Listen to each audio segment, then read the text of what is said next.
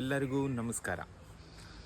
ನಾನು ಮತ್ತು ನನ್ನ ಫ್ರೆಂಡ್ ಇವತ್ತು ನಮ್ಮ ನೇಟಿವ್ ಆದಂತಹ ಕಬಕ ಪುತ್ತೂರಿಗೆ ಬಂದಿದ್ದೀವಿ.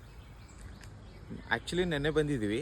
ಇವತ್ತು ಬೆಳಿಗ್ಗೆ ಎದ್ದು ಎಲ್ಲವನ್ನು ನೋಡಬೇಕಂತ ಹೇಳಿ ನಮ್ಮ ಮನೆಯ ಹೊರಗಡೆ ಬಂದಿದ್ದೀವಿ. ನಮ್ಮ ಮನೆ ಎಲ್ಲಿರೋದು ಗೊತ್ತಾ ಗೈಸ್? ನೋಡಿ ಅಲ್ಲಿ ತೋರಿಸ್ತೀನಿ. ಅಲ್ಲಿ ಕಾಣ್ತಾ ಉಂಟಲ್ಲ, ಅಲ್ಲಿ ನೋಡಿ, ಅಲ್ಲಿ ವೈಟ್ ಕಲರ್, ಅದು ನಮ್ಮ ಮನೆ. ನಾನು ನಿಮಗೆ ತೋರಿಸ್ಬೇಕಾಗಿರೋದಂತ ಎಂತ ಗೊತ್ತಾ, ಅಲ್ಲಿಂದ ನಮ್ಮ ಮನೆಯಿಂದ ನಾವು ನಡೆದುಕೊಂಡು ಬಂದು ಇವಾಗ ಮೇಲೆ ಬಂದಿದ್ದೀವಿ. ಇಲ್ಲಿ ನೋಡಿ ನಾನು ಇಲ್ಲಿದ್ದೇನೆ. ನಾನು ಇಲ್ಲಿದ್ದೇನೆ. ಇಲ್ಲಿ ಚಿಕ್ಕ ಮನೆಗಳು ಹೇಗಿರ್ತವೆ ಅಂತ ನೋಡಿ.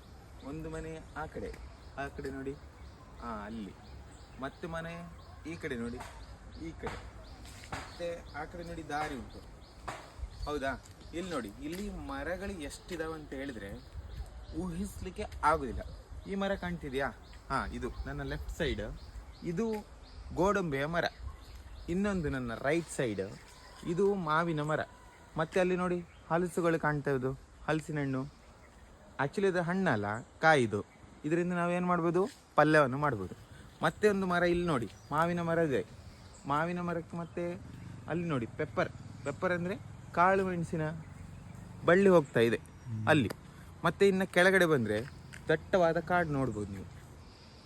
ಈ ಕಾಡಲ್ಲಿ ಬೇಕಾದಷ್ಟು, ಆ್ಯಕ್ಚುಲಿ ಇದು ಕಾಡಲ್ಲ, ಇಲ್ಲಿ ಮನುಷ್ಯರು ಜೀವಿಸುವಂಥದ್ದು.